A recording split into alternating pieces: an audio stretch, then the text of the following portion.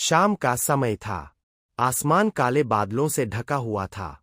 ठंडी हवाएं धीरे धीरे पूरे गांव में बह रही थीं। गांव के किनारे एक छोटा सा मिट्टी का घर खड़ा था। टूटी हुई दीवारें, पुरानी छत और चारों तरफ गरीबी की खामोशी।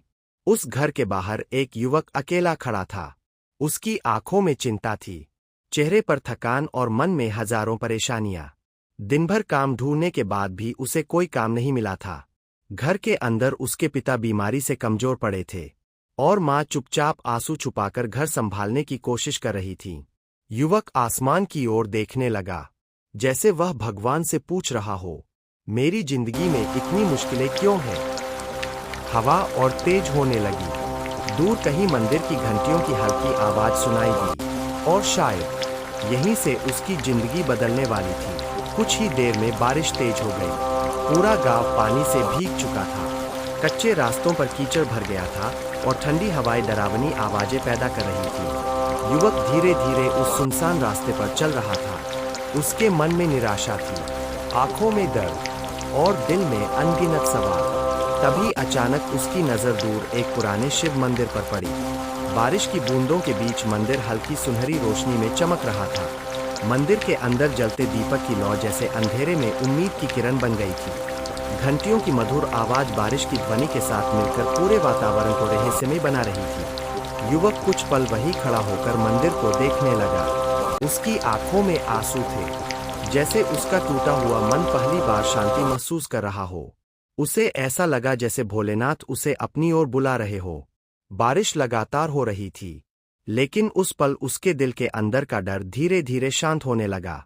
और फिर वह मंदिर की ओर बढ़ने लगा। पुराने शिव मंदिर के बाहर एक वृद्ध साधु शांत भाव से बैठे थे। बारिश की बूंदें उनके कंधों पर गिर रही थीं, लेकिन उनके चेहरे पर अद्भुत शांति थी। मंदिर के दीपक की हल्की रोशनी उनके चेहरे को दिव्य बना रही थी। ऐसा लग रहा था जैसे वर्षों की तपस्या उनकी आंखों में दिखाई दे रही हो। युवक धीरे धीरे उनके पास पहुंचा। उसके चेहरे पर उदासी साफ दिखाई दे रही थी। साधु ने उसकी ओर देखा और हल्की मुस्कान के साथ बोले, बेटा, मन इतना भारी क्यों है? यह सुनते ही युवक की आंखें भर आईं। वह चुपचाप मंदिर की सीढ़ियों पर बैठ गया। बारिश लगातार गिर रही थी और मंदिर की घंटियों की आवाज वातावरण को और भी रहस्यमय बना रही थी। कुछ क्षण बाद युवक धीमी आवाज में बोला, मेरे जीवन में केवल दुख ही दुख है। घर में गरीबी है, पिता बीमार है और मुझे कहीं कोई रास्ता दिखाई नहीं देता। साधु शांत होकर उसकी बातें सुनते रहे। फिर उन्होंने आसमान की ओर देखा और बोले, जब इंसान पूरी तरह टूटने लगता है, तभी भगवान उसके सबसे करीब होते हैं। युवक ने आश्चर्य से साधु की ओर देखा। साधु मुस्कुराए और बोले, भोलेनाथ कभी किसी को अकेला नहीं छोड़ते, बस विश्वास बनाए रखना पड़ता है। उनकी आवाज में इतनी शांति थी कि युवक का बेचैन मन धीरे धीरे शांत होने लगा। उस रात बारिश के बीच मंदिर की सीढ़ियों पर बैठा वह युवक नहीं जानता था कि उसकी जिंदगी अब बदलने वाली है। मंदिर के अंदर गहरी शांति थी। चारों ओर जलते हुए दीपकों की सुनहरी रोशनी फैल रही थी। धूप और चंदन की खुशबू पूरे वातावरण को पवित्र बना रही थी।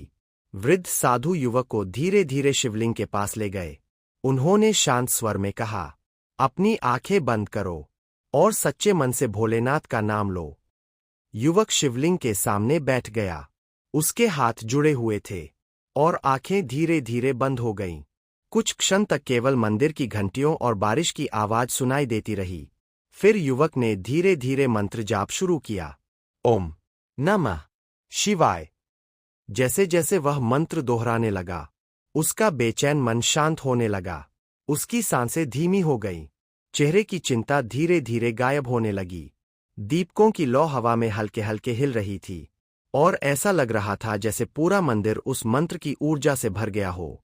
युवक की आंखों से आंसू बहने लगे, लेकिन इस बार उन आंसुओं में दर्द नहीं, शांति थी।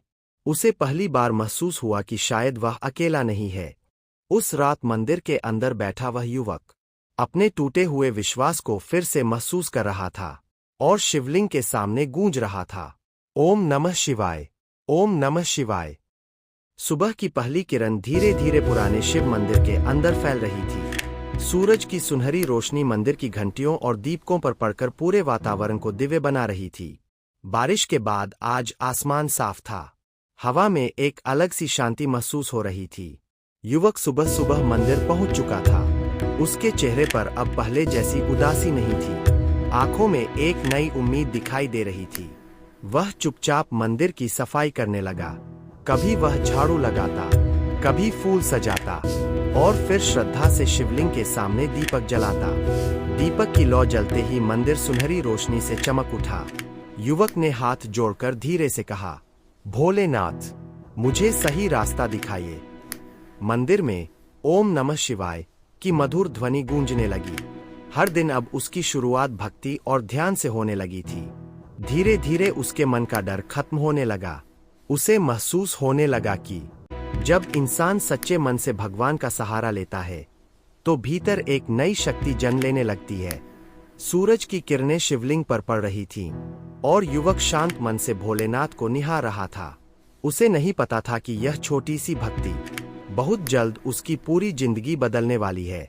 कुछ दिनों बाद गांव के एक व्यापारी की नजर उस युवक पर पड़ी। उसने देखा कि यह लड़का शांत स्वभाव का है, मेहनती है और ईमानदार भी। व्यापारी ने उसे अपने गोदाम में काम दे दिया। युवक ने पूरे मन से काम शुरू किया। सुबह मंदिर में पूजा करता और फिर दिन भर मेहनत करता। धीरे धीरे उसकी मेहनत सबको दिखाई देने लगी। कई दिनों बाद उसके घर में खुशियों की छोटी छोटी किरणें लौटने लगीं। लेकिन एक दिन गोदाम में अचानक भीषण आग लग गई। चारों ओर अफरा तफरी मच गई। लोग अपनी जान बचाकर बाहर भागने लगे। तेज आग की लपटें आसमान तक उठ रही थीं। लेकिन उस युवक ने हिम्मत नहीं हारी। उसने अंदर फंसे लोगों की मदद की, कीमती सामान बचाया और अपनी जान की परवाह किए बिना सबको सुरक्षित बाहर निकाला। व्यापारी यह सब देखकर हैरान रह गया। उस दिन उसे समझ आ गया कि यह साधारण युवक नहीं, बल्कि सच्चा और बहादुर इंसान है। धीरे धीरे युवक की जिंदगी बदलने लगी। घर की हालत सुधरने लगी।